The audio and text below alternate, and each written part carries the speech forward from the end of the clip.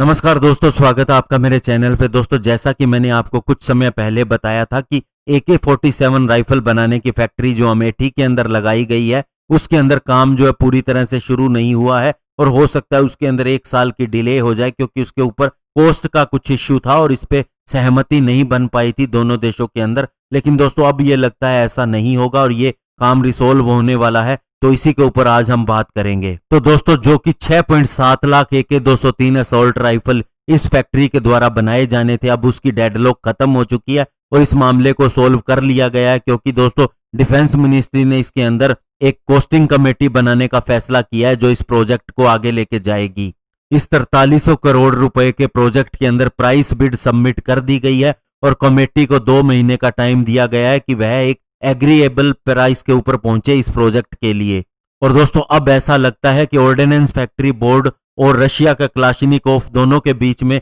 Price को लेकर सहमति बन सकती है। और दोस्तों, अगर जो कॉस्टिंग कमेटी बनाई गई है ये अपने प्लान के हिसाब से ही काम करती है, तो दोस्तों अक्टूबर के अंदर इस फैक्ट्री के अंदर काम शुरू किया जा सकता है। और ये दोस्तों रशिया और इंडिया के बीच में होने वाली बायलैटरल समिट से पहले शुरू हो जाएगा। और दोस्तों, बायलैटरल समिट के अंदर भी यह प्रोजेक्ट हाई प्रायोरिटी पे होगा दोनों देशों के बीच में, क्योंकि दोस्तों गवर्नमेंटल एग्रीमेंट लास्ट ईयर जनवरी के अंदर ही साइन किया गया था इस प्रोजेक्ट के लिए। दोस्तों, पहले बिड सबमिशन की शुरुआत जो जून 2019 के अंदर होनी थी, लेकिन दोस्तों ऑर्डिनेंस फैक्ट्री बोर्ड इसमें 3-4 एक्सटेंशन लाके नवंबर 2019 तक ले आया और बाद में इसकी रिक्वेस्ट के ऊपर DAC ने प्राइस वेरिएशन क्लोज इसके अंदर ऐड किया ताकि इसका प्राइस कम हो सके। और दोस्तों, पहले 1.2 लाख राइफल और इसके अलावा 70,000 राइफल जो कि इंडिया के अंदर ही बननी थी, इसके लिए एक सेपरेट कोट किया गया और इसी के आधार पर दोस्तों आगे जाके प्राइस वेरिएशन फॉर्मूले का इस्तेमाल करते हुए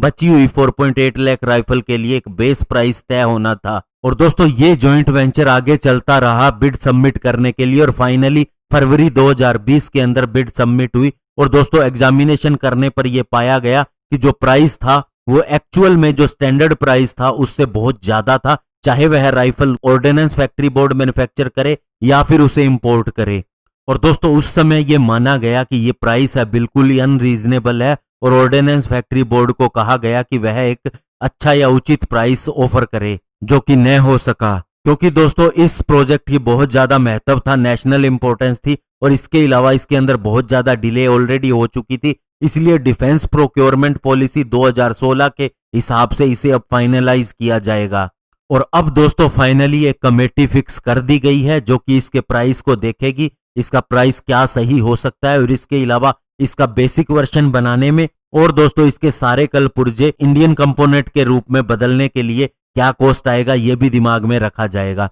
धन्यवाद, जय हिंद।